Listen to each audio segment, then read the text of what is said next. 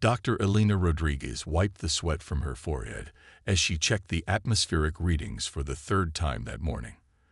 The numbers on her scanner looked normal, but something felt wrong. The air tasted different today, heavier somehow, like the moments before a thunderstorm. New Denver Colony had been her home for 15 years. She had watched it grow from a small research outpost into a thriving city of 12,000 people. The red soil of Kepler 442 bits stretched out in all directions, dotted with the white domes of homes and research facilities. In the distance, the purple mountains caught the light of the system's twin suns. Elena loved this place. It was peaceful here, far from the crowded cities of Earth. Children played in the parks while their parents worked in the labs or tended to the crops. Everyone knew everyone else. It was the kind of life humans had dreamed of when they first reached for the stars. She was about to pack up her equipment when the scanner started beeping wildly. The atmospheric readings were spiking in ways she had never seen before. The electromagnetic field around the planet was shifting, bending in impossible patterns. Elena looked up at the sky. The morning clouds looked strange, darker than usual and moving in spirals. As she watched, something massive pushed through them. The ship was unlike anything she had ever seen. It was not made of metal or plastic like human vessels. Instead, it looked alive. The hull pulsed like a heartbeat, covered in what looked like thick skin. Strange growths jutted out from its surface, twitching and moving on their own. The entire thing was the size of a city block, and it was descending slowly toward the colony. Elena grabbed her radio with shaking hands. "Colony Control, this is Dr. Rodriguez. We have an unidentified vessel approaching New Denver. It does not match any known human design." The radio crackled with static before Jake Thompson's voice came through. Jake was the colony administrator, a steady man in his 50s who had helped establish New Denver. "Elena, can you get a better reading on its composition?" She aimed her scanner at the massive ship and nearly dropped the device when she saw the results. "Jake, this thing is organic. It's not a ship, it's a living creature. And there are more of them coming through the clouds." Elena was right. As she spoke, more of the bioships pushed through the atmosphere. She counted at least a dozen, each one massive and pulsing with sickly green light. They moved with purpose, spreading out to form a circle around the entire colony. Colony Administrator Jake Thompson stood in the control center, watching the screens with growing horror. The defense satellites around the planet had gone silent one by one. The communication array was still working, but for how long? "Sir, we're detecting smaller craft launching from the main vessels," reported Lieutenant Sarah Mitchell, the colony's security chief. She was young for the position, but she had trained with Earth's military before coming to Kepler 442 bits.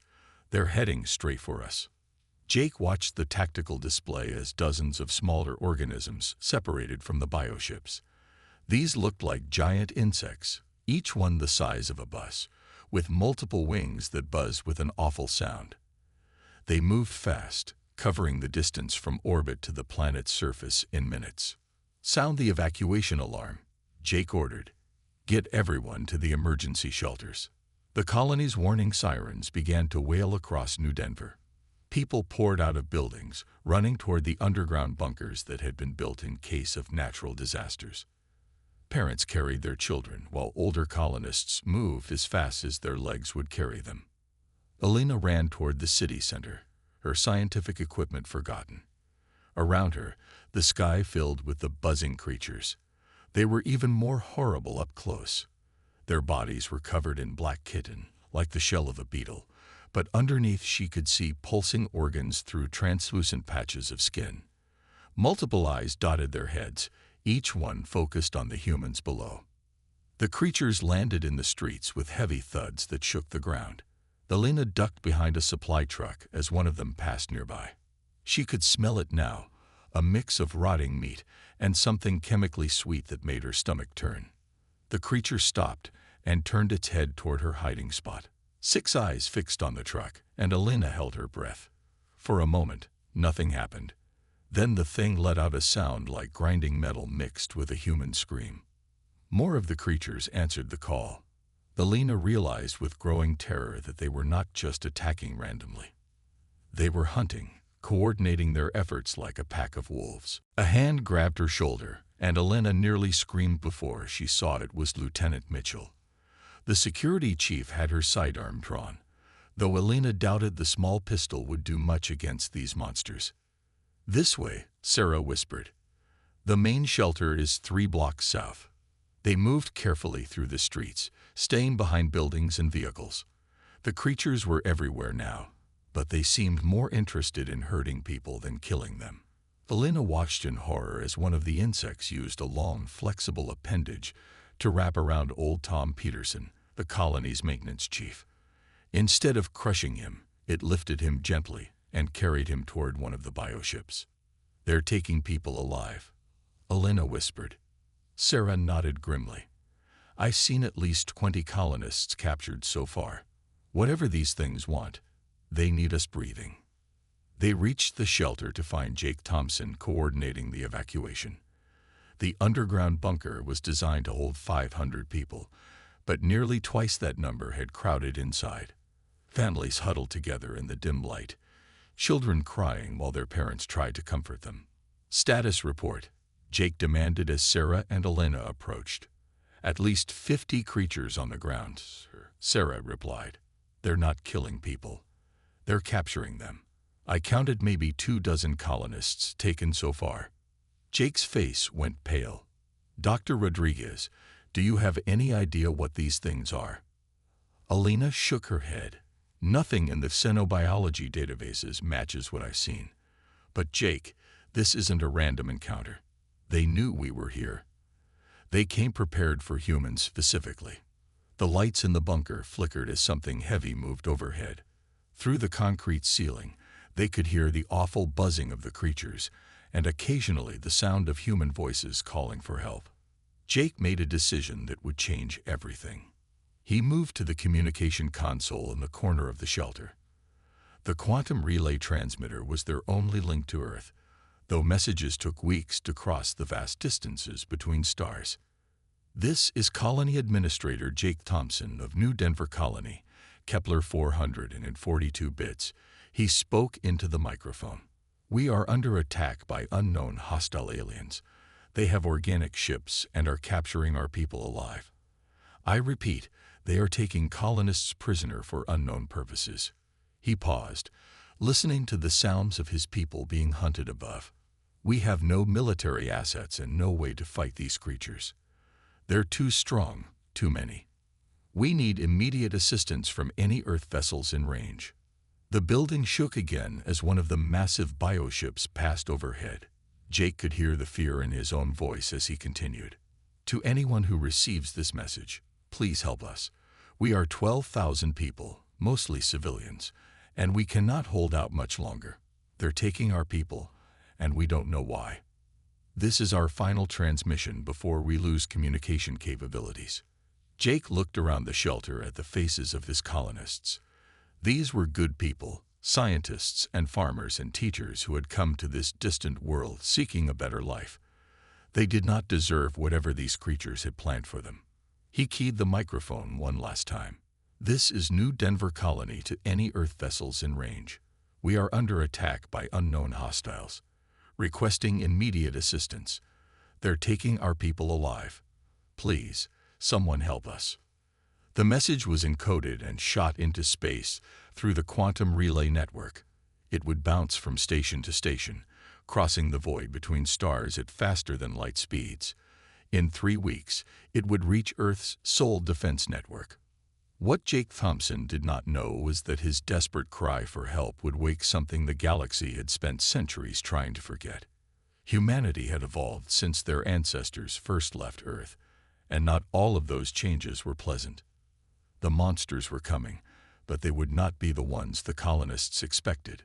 3 weeks later, Admiral Patricia Kane stood in the command center of Luna Station, staring at the holographic display that showed the outer edges of human space.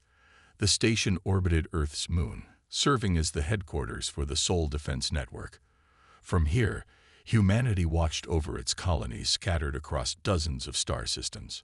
Patricia had been an admiral for 12 years, but she had never seen a message quite like the one that had just arrived from Kepler 442 bits. She played the transmission again, listening to Jake Thompson's desperate voice echo through the command center. "This is New Denver Colony to any Earth vessels in range.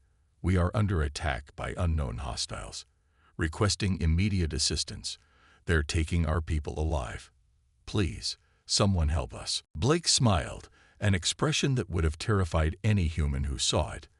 His modified psychology felt no fear, only anticipation for the hunt to begin.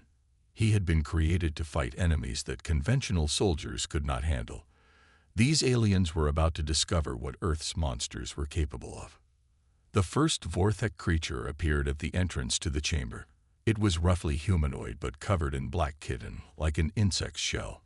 Multiple eyes focused on Blake, while razor-sharp claws extended from its hands. It opened its mouth to release a sound like grinding metal mixed with a human scream. Blake moved faster than the creature's enhanced reflexes could track. His plasma projector fired once, cutting the alien in half before it could complete its war cry. The enhanced soldier was already moving toward the next corridor as more creatures approached. The hunt had begun, and the monsters of Earth were very, very hungry. Captain Aaron Blake moved through the corridors of the Vorthek High ship like death itself. His enhanced reflexes allowed him to dodge the claws and teeth of alien creatures that had been the nightmares of a dozen species. His plasma projectors cut through their chitinous armor as if it were paper. The bioship's interior was a maze of organic tunnels that pulsed with life. Blake's enhanced vision picked up the heat signatures of more creatures approaching from all directions. They moved in coordinated groups, trying to surround him, but his modified brain processed their tactics faster than they could execute them. A group of 5 Vorthek warriors charged around a corner, their multiple eyes gleaming with predatory hunger. These aliens had harvested millions of intelligent beings across the galaxy. They had never met anything that fought back effectively. Blake proved them wrong. He moved between them like a dancer, his enhanced muscles propelling him faster than their eyes could follow. His plasma projectors fired in rapid sequence, each shot precisely aimed at vital organs. Within seconds, all 5 creatures lay dead on the organic flooring. Blake's comm system crackled with reports from the other teams. Surgeon Brooks had reached the ship's nervous system and was cutting her way through the organic computers that control the vessel. Corporal Martinez was clearing the lower decks with his railgun, each shot punching through multiple enemies at once. "Alpha Team, this is Blake." He spoke into his helmet microphone. "I'm approaching the central chamber.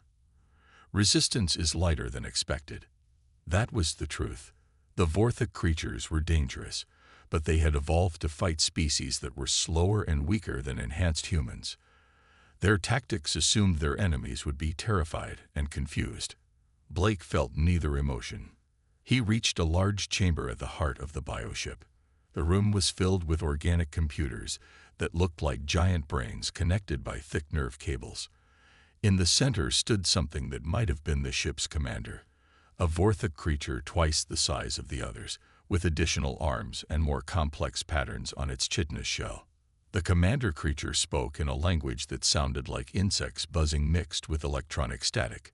Blake's helmet translated the words into English. "What are you, human? Your species is weak. You are prey animals." Blake's modified psychology suppressed any urge to respond with words. Instead, he raised both arms and fired his plasma projectors simultaneously. The alien commander dissolved in superheated gas, taking half of the organic computers with it. The bioship shuddered around him as its nervous system began to fail. Blake felt the artificial gravity fluctuate while the lights dimmed. Through the organic walls, he could hear the death cries of creatures throughout the vessel. His comm system came alive with reports from across the fleet. Beta Team successful. Secondary Hive ship is down. Gamma Team reporting mission complete. Third command vessel destroyed. Ground teams have secured the processing centers. Blake smiled grimly. The Berserkers had accomplished their mission with brutal efficiency.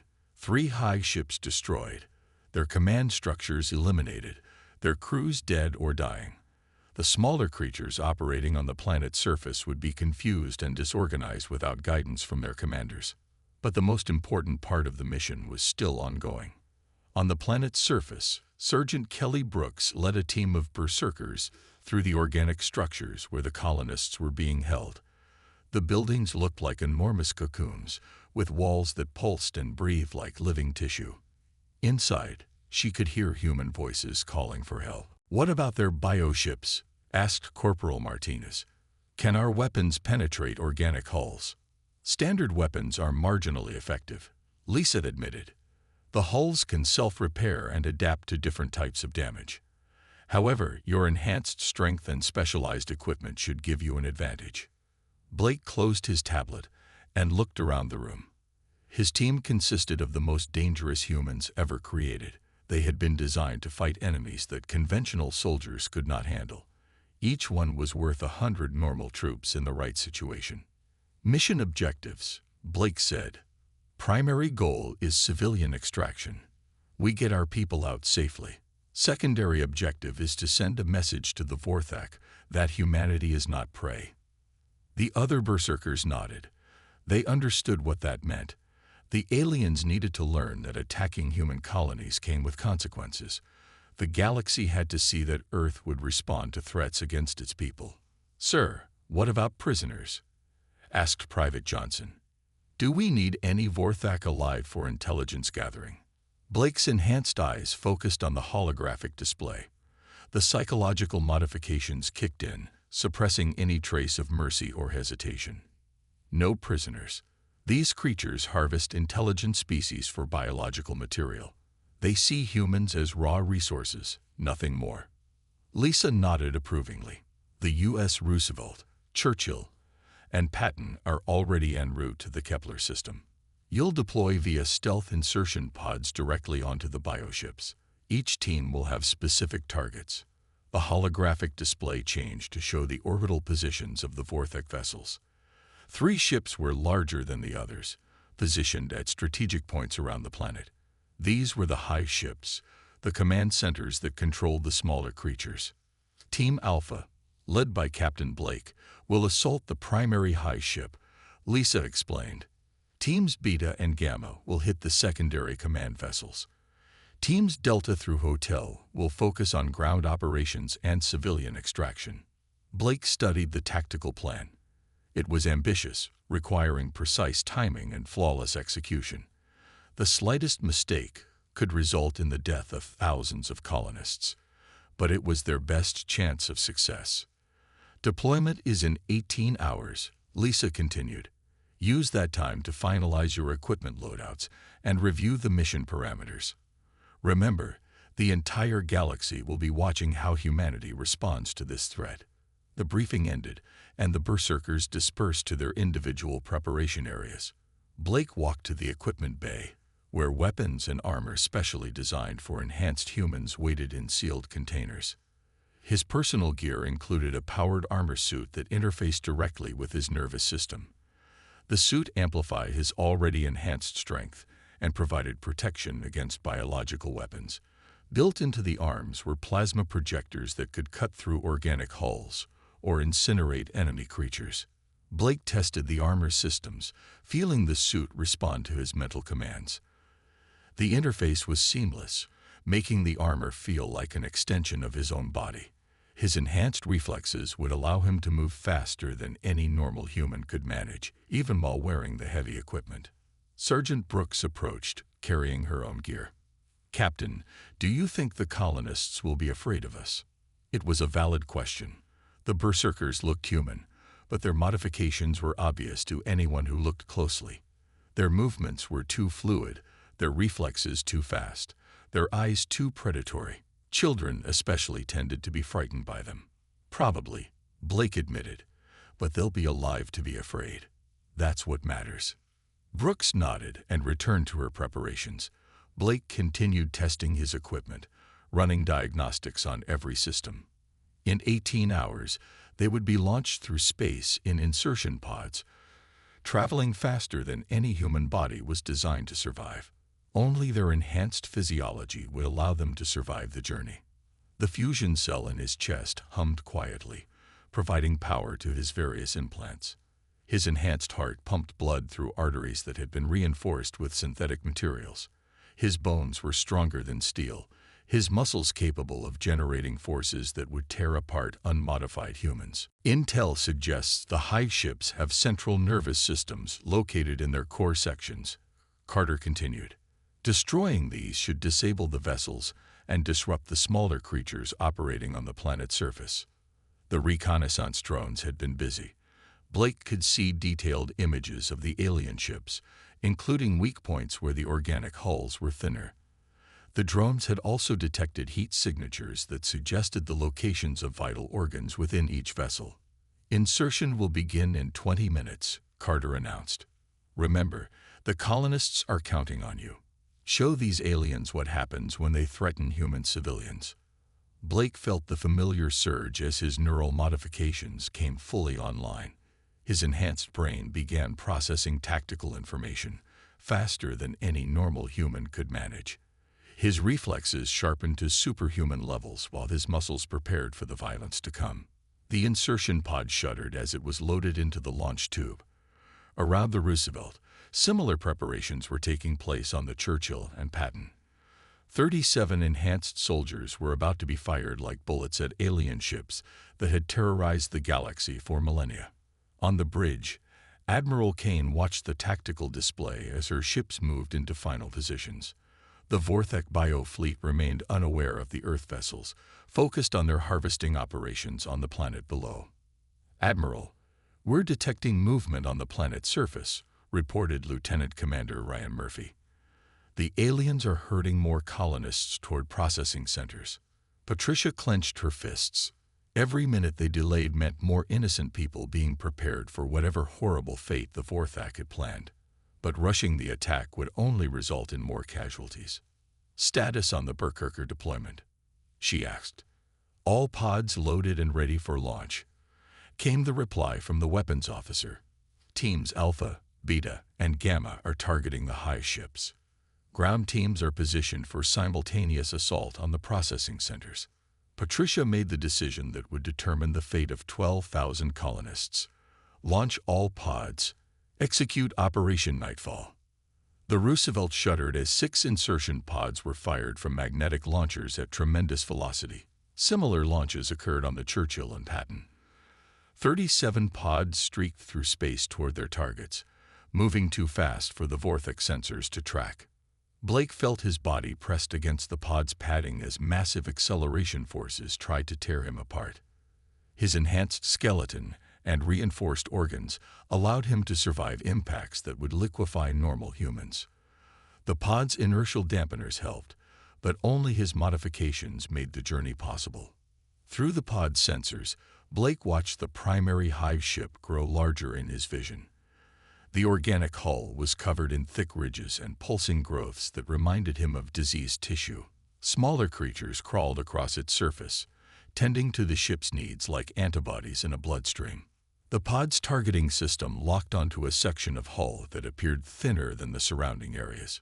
Blake braced himself for impact, feeling his enhanced muscles tense in preparation for the violence to come. The insertion pod slammed into the bioship's hull with the force of a small meteorite. The organic material split and tore, creating a hole just large enough for the pod to pass through. Blake was thrown forward as the pod's emergency brakes engaged, bringing it to a stop inside the alien vessel.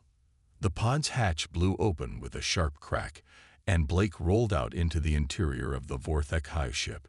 The smell hit him immediately, a mixture of rotting meat and chemical sweetness that would have made a normal human vomit. His enhanced senses filtered out the worst of it, allowing him to function despite the overwhelming stench. The chamber he had landed in was unlike anything human architects would design. The walls, floor, and ceiling were all organic, pulsing with life. Tubes and vessels carried fluids between different sections of the ship. Everything was covered in a thin layer of slime that reflected the green light coming from bioluminescent patches. Blake activated his armor systems and checked his weapons. The plasma projectors in his arms powered up with a high-pitched whine. His enhanced vision switched to infrared mode, revealing the heat signatures of alien creatures moving through the ship's corridors. Footsteps echoed from nearby passages, not human footsteps, but the clicking sound of clawed feet on organic flooring. The Vorthak had detected his arrival and were coming to investigate. 3 days later, the rescued colonists were aboard Earth transport ships heading home. Dr. Elena Rodriguez stood in the observation lounge of the U.S. Roosevelt, looking out at the stars. Beside her, Admiral Kane watched the same view. "Will they come back?" Elena asked. "The Vorthak, I mean." Patricia considered the question carefully. "Maybe. But if they do, they'll remember what happened here. They'll know that attacking human colonies comes with consequences." Elena nodded. She had seen the Berserkers up close during the rescue operation. They had been efficient, professional, and utterly terrifying. Even knowing they were her rescuers, she had felt a primal fear in their presence. "Are they still human?" she asked quietly. Patricia was silent for a long moment. "They chose to become something else so that the rest of us could stay human. That choice, that sacrifice, I think that makes them more human than ever." News of the rescue spread quickly through human space and beyond. Other alien species took note of what had happened at Kepler 442 bits. The peaceful humans who grew crops and built cities had revealed that they possessed weapons beyond anything the galaxy had imagined. Within months, several species that had shown hostility toward human colonies were requesting diplomatic meetings. Others abandoned territorial claims near human space entirely. The message was clear: Earth's children were under protection, and that protection came with teeth. Captain Blake stood in the observation deck of Luna Station, watching Earth turn slowly in space. His modifications had been put back into dormancy, the neural inhibitors once again keeping his enhanced aggression in check. But he remained ready, like all the Berserkers, to wake up again if humanity needed its monsters. The galaxy had wanted to see what monsters looked like. Humanity had shown them. But these were monsters that protected instead of consumed, creatures that had chosen darkness so others could live in the light. And sometimes, Blake reflected, that was exactly what the universe needed. Brooks used her plasma cutters to slice through the organic barriers. The walls tried to heal themselves, but her weapons cut faster than the alien material could regenerate. She carved a hole large enough to step through and entered the processing center. The sight that greeted her would have broken the mind of a normal human. Hundreds of colonists were trapped in organic pods that were slowly draining their life force. Tubes connected to their arms and necks carried blood and other fluids to processing chambers, where the Vorthak converted human biological material into nutrients for their bioships. But many colonists were still alive and conscious. Dr. Elena Rodriguez was among them, trapped in a pod that had not yet begun the final harvesting process. Her eyes widened with a mixture of hope and terror as she saw Brooks approaching. Brooks looked inhuman in her powered armor, moving with predatory grace that no normal person could achieve. Her modified features were clearly visible through her helmet's faceplate. To the colonists, she might have appeared as frightening as their alien captors. "It's okay," Brooks said, her artificially modulated voice trying to sound reassuring. "We're from Earth. You're safe now." She began cutting the colonists free from their organic prisons. Her enhanced strength allowed her to tear through restraints that would have required industrial equipment to break. One by one, the trapped humans stumbled to freedom. Dr. Rodriguez was the first to speak coherently. "How many of you are there?" she asked, staring at Brooks' modified features. "Enough," Brooks replied simply. She helped Elena stand, noting the scientist's weakness from days of captivity. "Can you walk?" Elena nodded, though her legs shook with exhaustion. Around them, other Berserkers were freeing more colonists from the organic processing chambers. The rescue operation was proceeding faster than anyone had dared hope. On the U.S. Roosevelt, Admiral Patricia Kane watched the tactical display with growing satisfaction. The Vorthak biofleet was in chaos. Without their command ships, the smaller vessels were scattering in all directions. Some tried to flee the system, while others attempted desperate attacks on the Earth fleet. "Ma'am, we're receiving transmission from the planet's surface," reported Commander Walsh. "Colonel Brooks reports successful extraction of 8,000 colonists. They're requesting transport shuttles for evacuation." Patricia felt relief wash over her. The mission was succeeding beyond their best-case scenarios. But she knew the cost would be measured later, when the galaxy learned what humanity had become capable of. The remaining Vorthak ships tried one final coordinated attack on the Earth vessels. Bioprojectiles that looked like living missiles streaked toward the Roosevelt, Churchill, and Patton. The ship's defense systems engaged, filling space with laser fire and explosive charges. But the attack was half-hearted, desperate. The Vorthak had lost their will to fight when they realized they were facing an enemy unlike anything they had encountered before. These humans did not flee in terror. They did not beg for mercy. Instead, they fought with a cold efficiency that reminded the aliens of their own worst nightmares. Captain Blake stood in the dying High ship's command chamber, watching through the organic viewports as the Vorthak fleet began its retreat. The aliens who remained were fleeing the system, abandoning their harvesting operation and the resources they had invested in it. His comm system carried a message from Admiral Kane. "All Berserker units, return to extraction points. Mission successful. The colonists are safe." Blake acknowledged the order and began moving toward his extraction pod. Around him, the bioship continued to die, its organic systems shutting down one by one. The creature that had been a starship was becoming a corpse floating in space. As he walked through corridors filled with dead aliens, Blake reflected on what had been accomplished. 12,000 human lives had been saved. The Vorthak had been taught that humanity was not helpless prey. And the galaxy had been given a demonstration of what Earth's enhanced soldiers could do when their people were threatened. The extraction pods launched from the dying bioships, carrying the Berserkers back to the Earth fleet. Blake watched the organic vessels break apart as their life support systems failed. The sight was both beautiful and terrible, the death of creatures that had terrorized the galaxy for millennia. Blake had volunteered for these modifications because he believed in protecting humanity. The galaxy was a dangerous place, filled with species that saw humans as weak newcomers.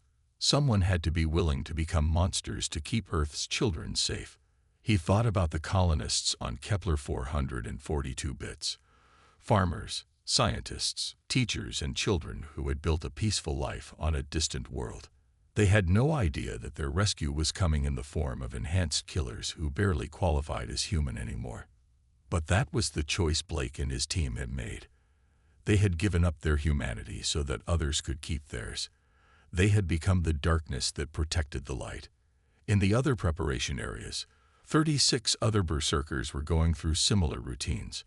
Each one was a volunteer who had chosen to become something inhuman in order to defend the human race. They were the sum total of Earth's darkest research, weapons in the shape of people. The Vorthak thought they were harvesting defenseless prey. They were about to learn that humanity had evolved predators of its own, and these predators were very, very hungry for revenge.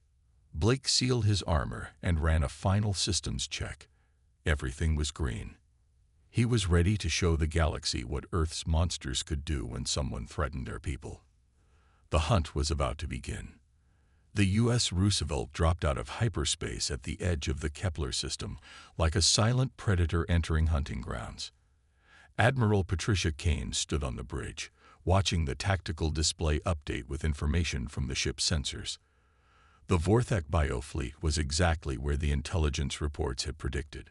13 massive organic ships hung in orbit around Kepler 442 bits, their hulls pulsing with sickly green light. Smaller creatures swarmed between the larger vessels like insects around a hive. The sight was both fascinating and terrifying. "Stealth systems active," reported Commander Julie Walsh from the navigation station. "The Churchill and Patton are in position on our flanks. The aliens haven't detected us yet." Patricia nodded. The Earth fleet was using experimental cloaking technology that bent light and sensor waves around their ships. It would not fool the Vorthak for long, but it would give the Berserkers time to reach their targets. "Deploy reconnaissance drones," Patricia ordered. "I want detailed scans of every bioship before we commit to the assault." On the lower decks of the Roosevelt, Captain Aaron Blake felt the ship's engines change pitch as they maneuvered closer to the alien fleet. He was sealed inside his insertion pod, a coffin-shaped container designed to punch through organic hulls and deliver its passenger directly into enemy vessels. The pod was cramped and uncomfortable, even for someone with Blake's enhanced physiology. Life support systems hummed around him while computers ran final checks on his equipment. In 30 minutes, he would be launched at the primary Vorthak High ship at speeds that would kill a normal human. Blake's enhanced nervous system processed the mission data one final time. His team would hit the largest bioship, while the other Berserker units targeted the secondary command vessels. The ground teams would assault the holding areas where the colonists were being kept. "Captain Blake, this is Major Carter," came the voice through his helmet comm. "Final mission brief in 5 minutes." Blake acknowledged and checked his weapons systems. The plasma projectors built into his armor were running at full capacity. His enhanced muscles felt loose and ready. The psychological modifications had suppressed all traces of fear or doubt, leaving only cold determination. Around him, 5 other insertion pods contained the rest of Alpha Team. Sergeant Kelly Brooks, Corporal Danny Martinez, Private Sam Johnson, and 2 others. Each pod was a self-contained weapon delivery system, designed to get enhanced soldiers into places where conventional forces could not go. Major Lisa Carter's voice crackled through the comm system to all 37 Berserkers. "Final brief. People, the Vorthak have established 3 high ships as command centers. Each one is approximately 800 meters long and 400 meters wide. They're alive, which means they can adapt and self-repair." Blake studied the tactical data on his helmet display. The bioships looked like enormous beetles, with thick carapaces covering organic chambers that served as control centers, weapon systems, and living quarters. Somewhere inside those ships, alien creatures were coordinating the harvest of human colonists. The Berserkers had ended the rebellion in 6 weeks. They had also terrified everyone who witnessed what they could do. Humans who moved faster than the eye could follow, who could tear through armored vehicles with their bare hands, who showed no mercy and felt no fear. They had won the war, but the cost had been almost too high. "Prep the Roosevelt, Churchill, and Patton for immediate departure," Patricia ordered. "Full combat loadout, priority Alpha clearance." Ryan nodded and began entering commands into his tablet. Around them, the command center came alive with activity as officers prepared the fleet for deployment. "Admiral," Ryan said quietly, "if we're activating the Berserker protocol, what are the rules of engagement?" Patricia looked at the holographic display showing New Denver Colony. Somewhere on that distant world, 12,000 people were trapped, captured by aliens who saw them as nothing more than raw material for their bioships. "Priority is civilian extraction," she said. "Get our people out safely. Beyond that," she paused, thinking about the files on Vorthak tactics. "No prisoners. No mercy. Show them why the rest of the galaxy calls us the monsters." Deep beneath the Rocky Mountains, in a facility that did not officially exist, alarms began to sound. Project Nightfall had been dormant for 3 years, its subjects kept in medically induced sleep while Earth's government debated what to do with them. Major Lisa Carter walked through the sterile corridors, past doors marked with biohazard symbols, and warning signs in multiple languages. Behind those doors lay 37 individuals who had volunteered for procedures that pushed the boundaries of what could still be called human. The Berserker program had been Earth's answer to the growing threats in space. As humanity expanded into the galaxy, they had encountered species that were stronger, faster, and more aggressive than baseline humans. Traditional soldiers, even with advanced weapons and armor, were often outmatched. So Earth's scientists had created something new. Volunteers from the military had undergone genetic modification, cybernetic enhancement, and psychological conditioning. Their bones were reinforced with ceramic plating. Their muscles were enhanced with synthetic fibers. Their nervous systems were rewired for faster reflexes and better coordination. Most importantly, the psychological limiters that prevented normal humans from accessing their full capacity for violence had been carefully removed. The Berserkers could do things that would break the mind of an ordinary person. Lisa reached the first containment cell and looked through the reinforced window. Captain Aaron Blake lay on a medical bed, surrounded by monitoring equipment. Tubes fed him nutrients, while machines kept his enhanced body in perfect condition. He looked peaceful, almost normal, except for the subtle signs of his modifications. Blake's chest rose and fell too slowly for an unenhanced human. His heart had been replaced with a synthetic organ that could pump blood twice as efficiently as the original. His skin had a slight metallic sheen from the ceramic plating that laid just beneath the surface. Lisa entered the authorization codes that would begin the wake-up procedure. Around the facility, 36 other subjects began the same process. The neural inhibitors that kept their enhanced aggression in check were slowly withdrawn. The drugs that maintained their artificial sleep were flushed from their systems. Aaron Blake opened his eyes for the first time in 3 years.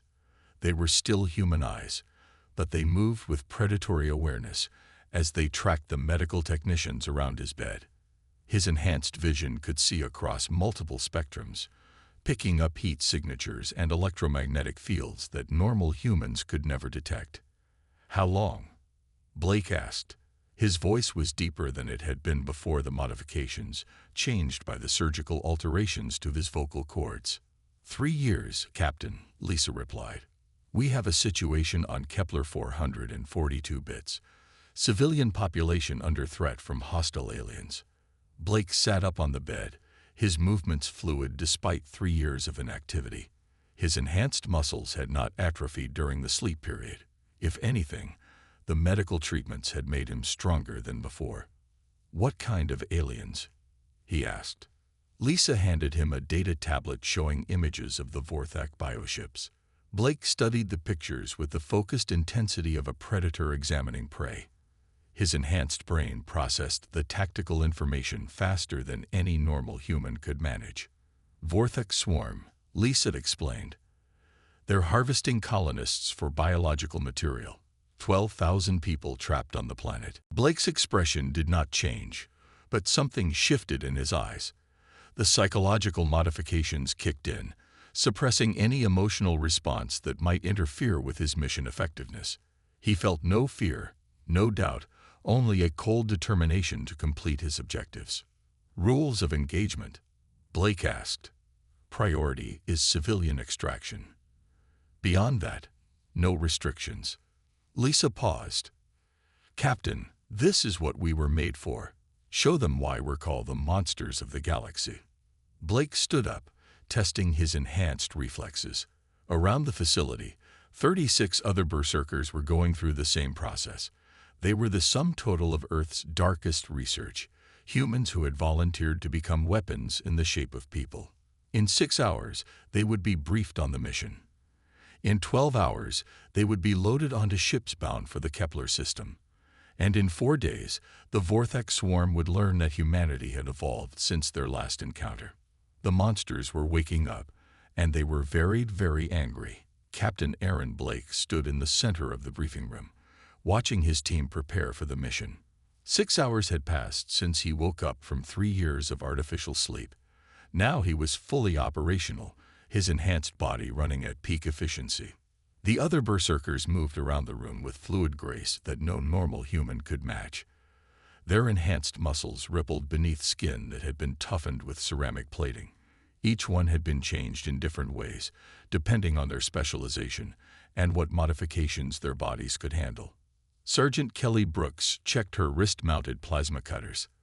The devices were built into her forearms, replacing the bones with metal housings that could generate temperatures hot enough to cut through starship hulls. Her fingers ended in retractable claws made from the same material used in spacecraft armor. Corporal Danny Martinez calibrated his shoulder-mounted railgun. The weapon was integrated into his skeletal structure, drawing power from a fusion cell implanted in his chest. Normal humans could not carry such heavy equipment, but Danny's reinforced spine and enhanced muscles made it possible. Private Sam Johnson grinned as he tested his modified jaw. His canine teeth had been replaced with ceramic spikes that could punch through most armor materials. His saliva glands produced a mild acid that helped break down whatever he bit.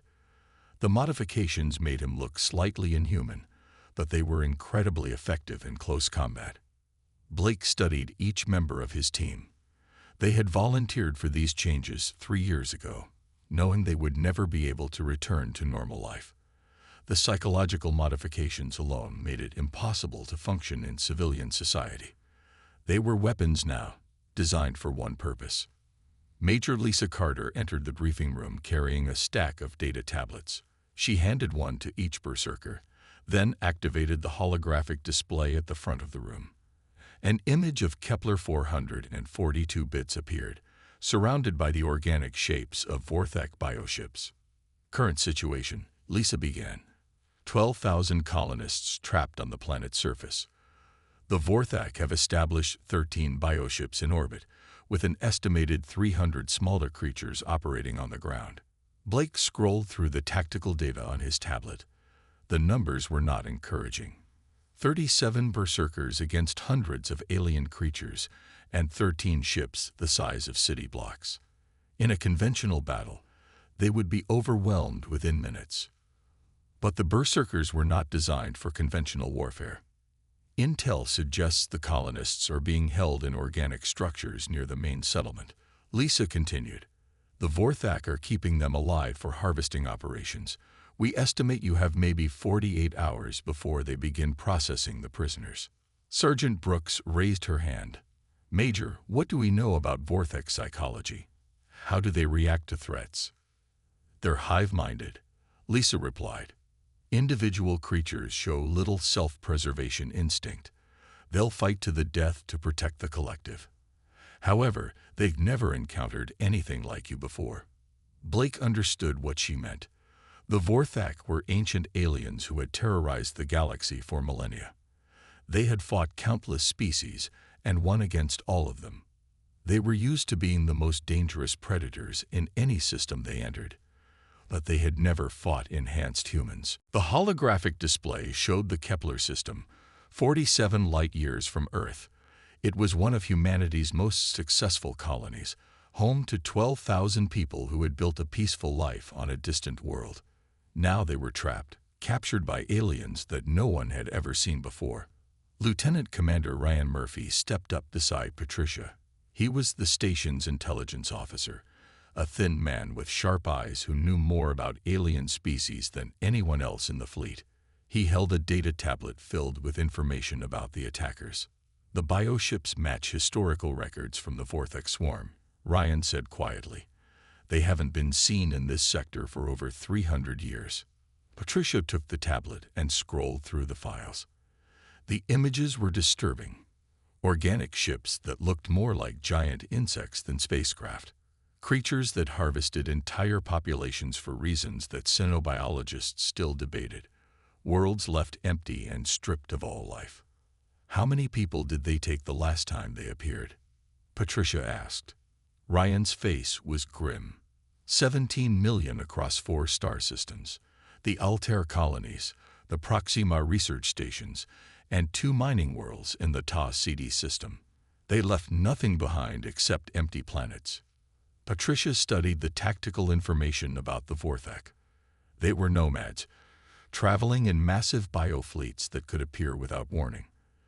Their ships were living creatures, capable of self-repair and adaptation. Most disturbing of all, they harvested intelligent species for their biological material, using captured populations to grow new ships and weapons. What do we know about their weaknesses? Patricia asked. Not much, Ryan admitted. The few times other species fought them, the Vorthak either won completely or retreated when the cost became too high. They don't seem to understand the concept of surrender. Patricia nodded. The files painted a picture of an enemy unlike anything humanity had faced before. Most alien species use technology similar to human designs, with metal ships and energy weapons. The Vorthak were different. They had evolved their technology instead of building it. Ma'am, there's something else, Ryan said. The colonies have been sending regular reports for months. Everything was normal until the attack. The Vorthak didn't just stumble across New Denver by accident. They knew exactly where to find it. That was the most disturbing news of all. It meant the Vorthak had been watching human colonies, studying them, planning their attack. They had chosen New Denver for a reason. Patricia walked to the large window that looked out at Earth. The blue planet hung in space, beautiful and peaceful. Billions of people lived their lives down there, unaware that an ancient enemy had returned to threaten humanity's expansion into the galaxy. "Ryan, what ships do we have in range of the Kepler system?" she asked. The intelligence officer consulted his tablet. The U.S. Roosevelt, Churchill, and Patton are finishing war games near the Centauri system. They could reach Kepler 442 bits in 4 days if we send them now. 3 ships against an unknown number of biovessels. Patricia knew it would not be enough for a conventional assault. The Vorthak had surrounded New Denver with at least a dozen large ships, plus countless smaller creatures. A standard fleet engagement would likely end with more human casualties. But Patricia Kane knew something that the aliens did not. Humanity had changed since their last encounter with galactic civilization.